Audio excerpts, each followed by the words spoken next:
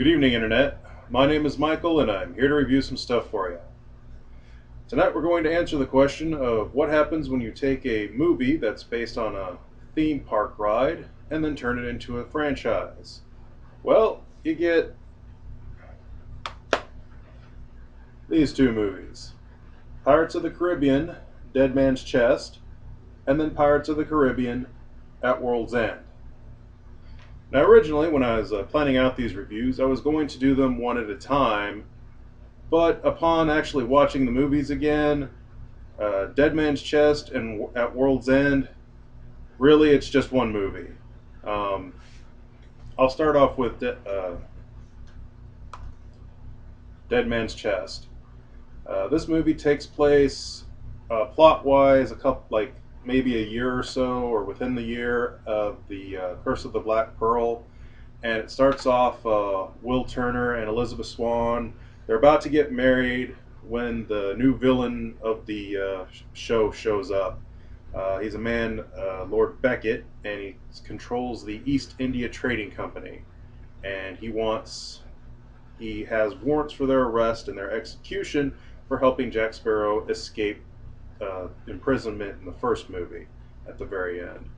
So he offers them a deal, and he sends Will off to go get Jack Sparrow's compass because he wants it to find Davy Chest's locker. And, well, the plot is kind of weird, and I don't want to really spoil it or anything. Basically, Beckett keeps the girl hostage. Will goes off to get Jack. At the same time, Jack finds out that turns out he has a debt to Davy Jones, who Davy Jones. Davy Jones is the mythical figure. He's a sailor who is now like an octopus guy. He has an octopus face, and all his crew are like fishmen. And he sails the Flying Dutchman, and that's all you really know in the first movie, or the first movie of the two. You find out all about him more in the second one. So anyway, it turns out Jack got the Black Pearl from him, and he was supposed to be captain for 13 years. Then he has to work for the Flying Dutchman for the rest of his life. But Jack doesn't want to do that, so, well, Davy Jones sends the Kraken after him, which is this giant octopus that actually is pretty cool. And anyway, stuff happens, and then there's a cliffhanger ending. And in all honesty, the movie starts off pretty good, but near the end, it just kind of stops. And it's so ridiculously set up for the second movie that they probably should have just made it into one big movie. So yeah, that's the end of that one. Uh, Spoiler alert: Jack dies at the end. He's eaten by the Kraken, except he doesn't really die because they bring him back in the next movie. So yeah, Pirates of the Caribbean at World's End. This movie was significantly better than Dead Man's Chest. Um, the plot is a lot darker than Dead Man's Chest. I mean, it starts off the movie. The East India Trading Company has control of the oceans, and they're killing all the pirates. And, well, I mean, they're pirates. It's kind of hard to sympathize with, oh no, the pirates are dying, but they do a pretty good scene in the beginning where they're hanging all the pirates, and they're listing off like, oh, you can't assemble anymore, you can't like have a trial by jury or legal counsel and stuff. And they also hang a kid, so that was pretty brutal. So yeah, the East India Trading Company, they have control of the Flying Dutchman, and they're using him to basically kill all the pirates. And then the pirates, they're going to gather up to fight back. And at the same time, all the people from the previous movie that were on Jack's crew, they're going to go get Jack. So they go to the ends of the earth. Literally, they like fall off a giant waterfall and end up in the land of the dead, and then they go get Jack, and then they come back, and then stuff happens, more stuff happens, more stuff happens. I don't really want to spoil the plot for you too much. Um, it ends fairly happily for the most part. Um, so yeah, it does have an ending, so that's cool. I do want to talk more about the actual, like some of the parts of the movie rather than the plot. All the characters are great. They bring back characters from the first movie again. You got all the pirates that were really identifiable. Captain Barbossa's back. He was the head undead captain guy, and they got the characters are great. Um, the new villain is pretty good.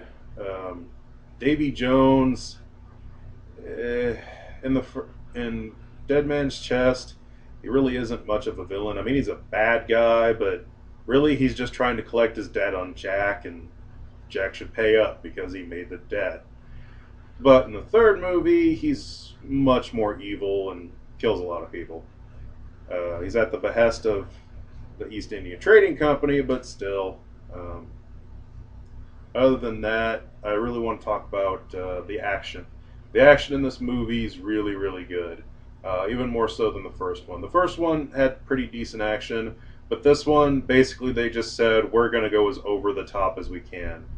The first movie, The Dead Man's Chest, has some pretty good action scenes involving there's a sword fight on a giant wheel that's like rolling down a hill, and there's like three guys in it having a sword fight. That was probably the best like action scene in the second movie.